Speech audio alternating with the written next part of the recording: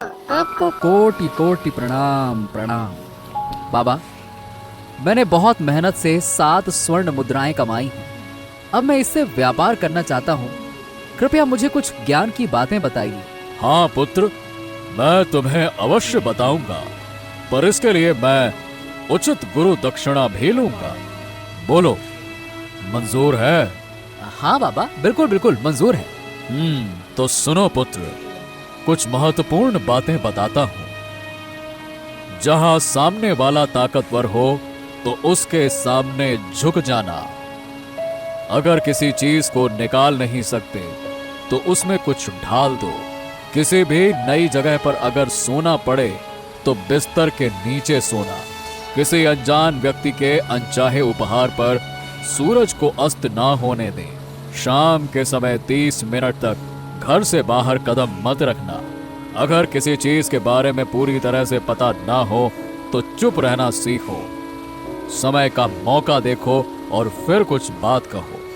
अगर तुम्हें कोई जबरदस्ती कहीं खड़े होने को कहे तो उस जगह पहले कुछ फेंकना और फिर खड़े होना।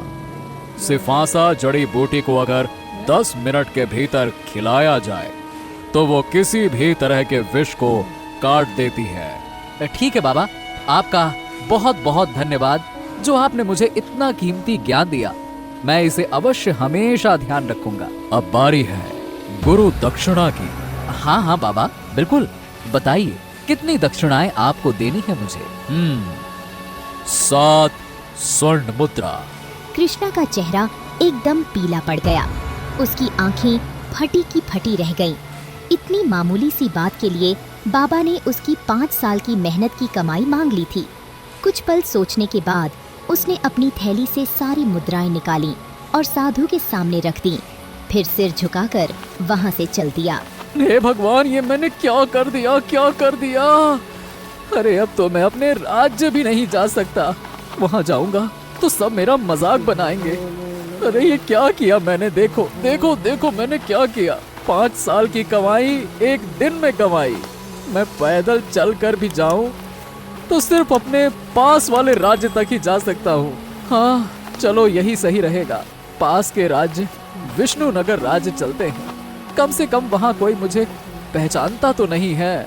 विष्णु नगर के राजमहल में राजा कमल सेन अपने सिंहासन पर बैठे चिंतित मुद्रा में अपने मंत्री से बात कर रहे थे। मंत्री जी, 1 महीने का समय हो चुका है। कितने ही लोग आए, कितने ही लोग गए, पर कोई भी इस चुनौती को पूरा नहीं कर पाया। क्या कोई ऐसा व्यक्ति नहीं है जो इस समस्या का समाधान कर सके? महाराज, हमने दूर दूर तक घोषणा करवा दी है। बड़े बड़े विद्वान आए, पंडित आए, हाँ, पर किसी से भी ये चुनौती पूरी हो नहीं पाई महाराज। अरे बस इतनी सी तो चुनौती है। इस मटके को बिना हाथ लगाए इससे सारा का सारा पानी निकालना है और मटके को नुकसान भी नहीं पहुंचना चाहिए और ना ही इसे यहाँ से हटाया जा सकता है। बस इतना सा तो काम है।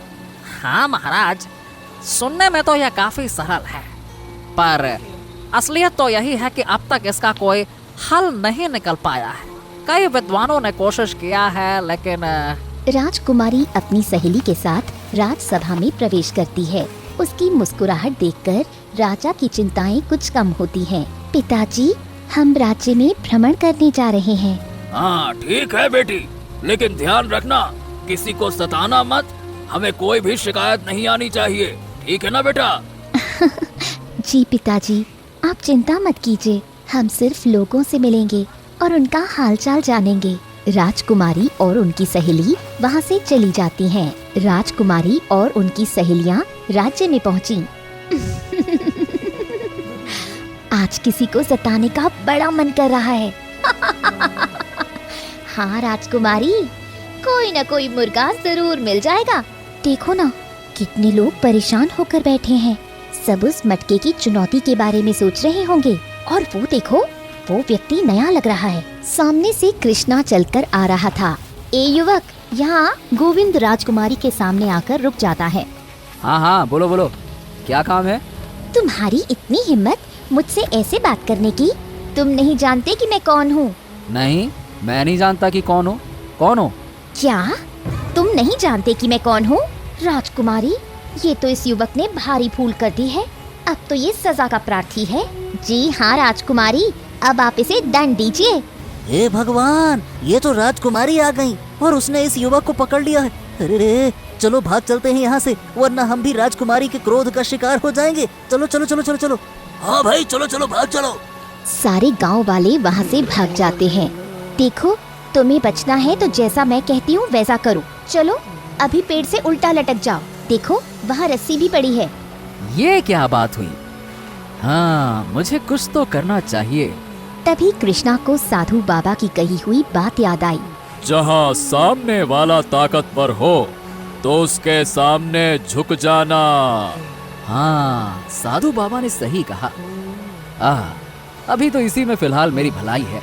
ठीक है, लटक जाता। कृष्णा चुपचाप पेड़ से लटक जाता है। राजकुमारी उसे डंडे से मारने लगती है। कृष्णा पीड़ा से कराह रहा था, पर उसके चेहरे पर कोई शिकायत नहीं थी। अब बताओ कैसी लगी मेरी पहचान? देखो कैसे चुपचाप लटका है। तभी अचानक राजा वहाँ आ पहुँचे। राजा को देखते ही सहेलियों के चेहरे पर मुस्कान जम जाती है।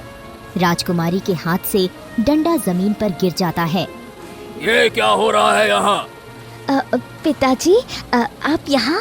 वास्तव में मैं इसे जानबूझकर सजा दे रही थी। अच्छा, और क्यों? ये आपका और आपकी चुनौती का मजाक उड़ा रहा था। कह रहा था कि इस राज्य का राजा कितना बेवकूफ है, और वो मटके वाली चुनौती। हाँ, कहने लगा इतनी मामूली समस्या को तो मैं 2 मिनट में हल कर दूंगा। कैसा बेवकूफ राजा है। हाँ महाराज, हमने भी सुना। बहुत ही अभद्र बातें कह रहा था राजा जी के बारे में। नहीं महाराज, ये सरासर झूठ है। मुझे तो पता भी नहीं था आपकी किसी चुनौती के बारे में। मुझे कुछ नहीं सुनना। अब तुम्हारे पास केवल 2 ही रास्ते हैं। चलो हमारे साथ। अगर वो चुनौती तुम हल नहीं कर पाए तो हम उसी समय तुम्हारी गर्दन उड़ा देंगे। चलो। अब आएगा मजा। मेरे सामने हेकड़ी दिखाने चला था, अब कुछ ही समय में अपनी जान से हाथ धो बैठेगा। कृष्णा को महल लाया गया।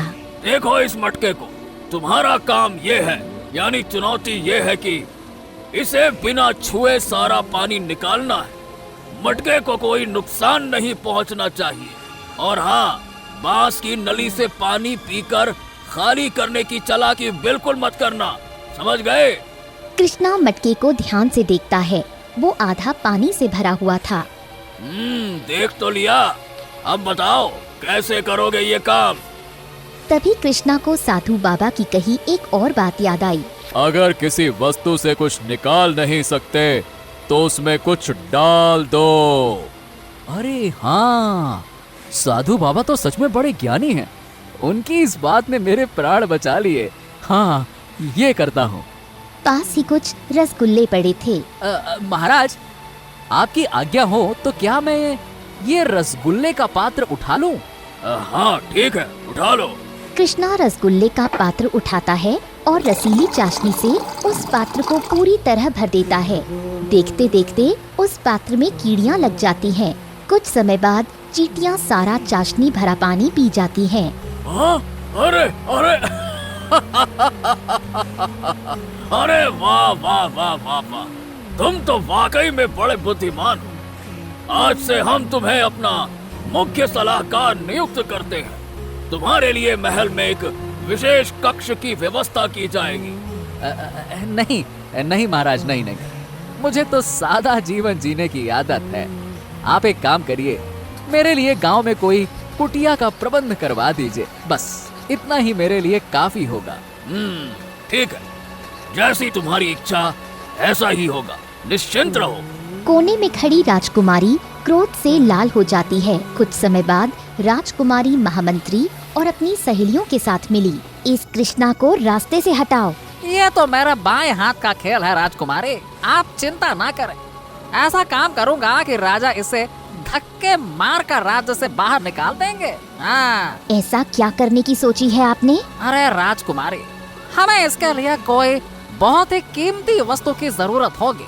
कीमती वस्तु? यानी हीरे जवाहरात? अरे नहीं नहीं राजकुमारी, वो चीज सिर्फ कीमती ही नहीं बल्कि महाराज के दिल के करीब भी होनी चाहिए। हाँ कीमती और महाराज के दिल के करीब तो हाँ, सोचिए सोचिए सोचिए राजकुमारी, अगर हमें उसे फांसी पर लटकाना है तो वो चीज महाराज के दिल के बहुत करीब होनी चाहिए। हाँ अच्छा, हाँ याद आया। पिताजी के कमरे में जो हाथी की मूर्ति है वो 1000 साल पुरानी है। जब पिताजी छोटे थे तब उन्हें उनकी दादी ने भेंट की थी। तब से वो उनके कक्ष में ही है। उन्होंने उसे आज तक अपने कक्ष से बाहर भी नहीं निकाला है। पर आप क्या करने की सोच रहे हो? हाँ तो राजकुमारी, मैं उस मूर्ति को ले जाकर कृष्णा के घर पे रखवा दूंगा और जब महाराज को यह पता चलेगा और वो तलाशी के लिए कहेंगे तो उन्हें लेकर सीधा कृष्णा के घर चला जाऊंगा। हाँ। अरे वाह, ये तो आपने गजब दिमाग लगाया है। वाह महामंत्री वाह। अब देर किस बात की, चलिए अपना कार्य शुरू कीजिए। जी राजकुमारी, जैसा आप कहें। और हाँ, कान खोलकर सुन लो, अगर ये बात तुमने किसी से कही तो हम तुम्हारी गर्दन उड़ा देंगे। जी जी जी, बिल्कुल निश्चिंत रहिए राजकुमारी, यह बात कहीं नहीं जाएगी। महामंत्री ने चुपके से राजा के कक्ष में प्रवेश किया। अब इस मूर्ति को ले जाकर उस कृष्णा के घर पर रख देता हूँ। हाँ, अब उसे मृत्यु दंड से कोई नहीं बचा सकता। हाँ? रात के समय कृष्णा सोने की तैयारी कर रहा था। चलो अब सो जाता हूँ। तभी कृष्णा को साधु बाबा की कही हुई बात याद आई। किसी भी नई जगह पर अगर सोना पड़े तो बिस्तर के नीचे सोना। हाँ, साधु बाबा की ये बात वैसे तो मुझे बिल्कुल समझ नहीं आई, पर ठीक है, साधु बाबा ने कहा है तो कुछ सोच समझ कर ही कहा होगा। कृष्णा पलंग के नीचे सो गया। कुछ समय बाद महामंत्री वहाँ आ पहुँचे। उन्होंने खिड़की से अंदर देखा तो वहाँ कोई नहीं था। हाँ, चलो यहाँ तो कोई भी नहीं है। इस मूर्ति को यहाँ बिस्तर पर रख देता हूँ।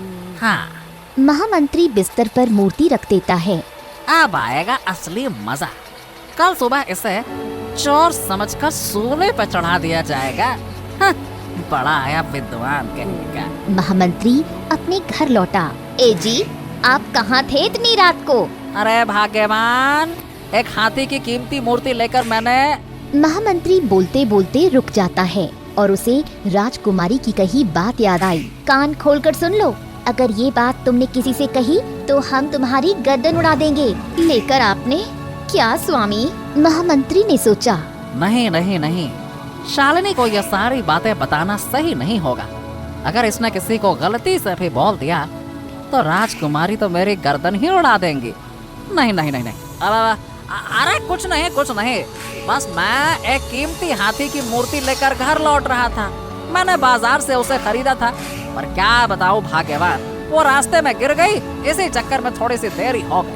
ओह, इसलिए आपको इतनी देर हो गई? हाँ, चलो अब जल्दी से खाना लगा दो, बहुत भूख लगी है। अरे चलो भी, अब जल्दी करो। जी स्वामी, मैं अभी खाना लगाती हूँ। दूसरी ओर राजा को मूर्ति चोरी होने की बात पता चल जाती है। इतना बड़ा दुस्साहस! मेरे कक्ष से कीमती मूर्ति चुराने की हिम्मत आखिरकार किसने की? किसने इतनी बड़ी चोरी की? असंभव! महामंत्री, फौरन हमारे कक्ष में प्रस्तुत होइए। और महामंत्री विनम्र भाव से कक्ष में प्रवेश करते हैं। क्या बात है महाराज, क्या हुआ? आप इतने व्याकुल क्यों हैं? देखिए महामंत्री, हमारे कक्ष से वो 1000 साल पुरानी अनमोल हाथी की मूर्ति गायब है, गायब। किसी ने हमारी अनुपस्थिति में उसे चुरा लिया है। हाँ। क्या? पर ये मूर्ति तो पिछले 55 वर्षों से यही थी। आज तक तो इसे चुराने की हिम्मत किसी ने नहीं की, पर यह अचानक। वही तो मंत्री जी, वही तो हमें भी समझ नहीं आ रहा है कि ये दुस्साहस आखिरकार किसने किया। महाराज, यह पक्का किसी नए आदमी का काम है। हाँ। नया आदमी? हाँ महाराज, बिल्कुल ये नए आदमी का काम है। अरे इतने वर्षों से, यानी कि 55 वर्षों से यह काम तो किसी ने नहीं किया। यह जरूर किसी नए आदमी का ही काम है। हमारे महल में तो सिर्फ हमारे नए सलाहकार कृष्णा हैं, जो नए नए हैं। और कौन नया है? जी महाराज, यही तो आप बिल्कुल सही कह रहे हैं। अभी तक तो वो राज्यसभा में आए भी नहीं है महाराज। जरूर वो उस हाथी को अपने घर में छुपा कर रखा होगा उन्होंने। अच्छा, अगर ऐसा हुआ तो हम उन्हें उसी वक्त मृत्यु दंड दे देंगे। चलिए।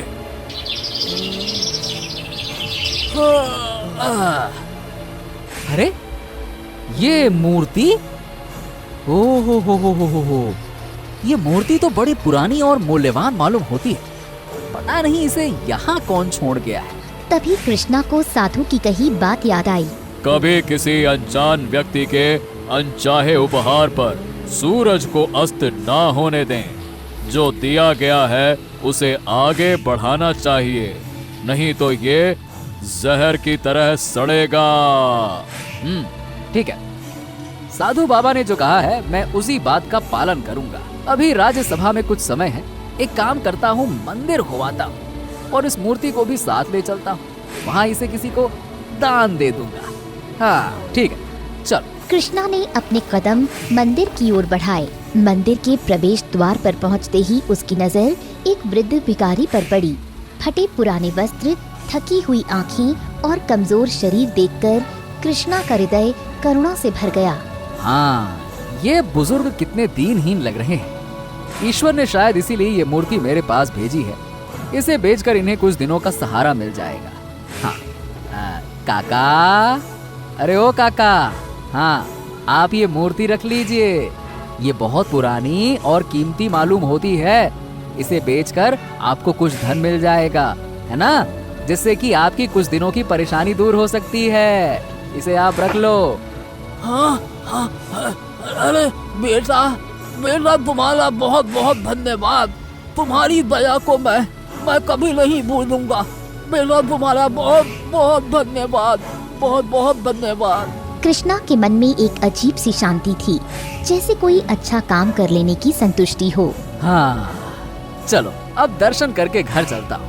वहाँ नाश्ता करूँगा और फिर महल के लिए निकल पड़ूंगा। तभी एक आदमी भगवान के दर्शन करने मंदिर पहुँचा कि तभी उसकी नजर हाथी की मूर्ति पर गई।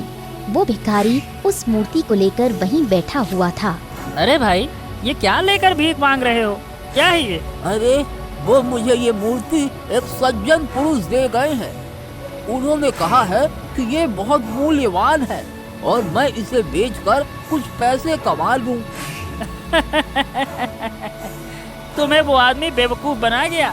अरे ये तो एक साधारण सी मूर्ति है, क्या मूल्यवान है इसमें? इसके तो कोई तुम्हें एक आना भी ना दे, काहे कि मूल्यवान। हैं? अरे तो फिर उन्होंने मुझसे ऐसा क्यों कहा कि ये मूर्ति मूल्यवान है? अरे मूर्ख, वो तुम्हारा उपहास बना गया, तुम्हें उल्लू बना गया और तुम सोच रहे हो कि ऐसा क्यों कहा, वैसा क्यों कहा। ये सुनकर वो भिखारी क्रोधित हो गया। अरे आजकल लोग कितने स्वार्थी हो गए हैं। दूसरों की तकलीफ में उन्हें मजा आता है। ऐसी हंसी ठिठोली नहीं करना चाहिए। अरे नहीं चाहिए मुझे ये मूर्ति। बूढ़ा व्यक्ति मूर्ति को उछाल देता है और वो मूर्ति दीवार के उस पार गिर जाती है। दूसरी ओर कृष्णा के घर राजा और महामंत्री सैनिकों के साथ पहुँचे। तेरा इतना तो साहस, ये तूने ठीक नहीं किया कृष्णा, ये तूने ठीक नहीं किया। क्षमा करें महाराज, पर मैंने क्या किया है? मुझे तो कुछ समझ नहीं आ रहा। हो, कुछ समझ नहीं आ रहा। देखिए महाराज, इसका नाटक कुछ समझ नहीं आ रहा इन्हें, हैं? ऐसे अभिनय कर रहा है जैसे इसने कुछ किया ही ना हो। वाह वाह वाह वाह वाह वाह, क्या कलाकार है। तालियां बजाओ भाई, तालियां। महाराज आप आदेश दीजिए, हम अभी इनके घर की तलाशी शुरू करते हैं। तलाशी आरंभ करो, जाओ। अगर किसी चीज के बारे में पूरी तरह से पता ना हो तो चुप रहना सीखो। समय का मौका देखो और फिर कुछ बात कहो। सैनिक तुरंत कृष्णा के घर में तलाशी लेने लगे। कृष्णा के चेहरे पर असमंजस और चिंता के भाव थे, जबकि महामंत्री के चेहरे पर छिपी मुस्कान थी। महाराज हमने घर का चप्पा चप्पा छान मारा। पर महाराज हमें वो हाथी नहीं मिला। महाराज जरूर ये उसे बेच आया होगा। मुझे पक्का यकीन है कि ये कार्य इसी ने किया है महाराज। हाँ। एक मिनट महामंत्री, मुझे आपकी बात कुछ सही नहीं लग रही है। कहीं आपने ही तो वो मूर्ति नहीं चुराई है और इल्जाम नए सलाहकार कृष्णा पर डालना चाहते हैं? ये आप कैसी बातें कर रहे हैं महाराज? मैंने ऐसा कुछ नहीं किया है। Next part. Visit my .youtube channel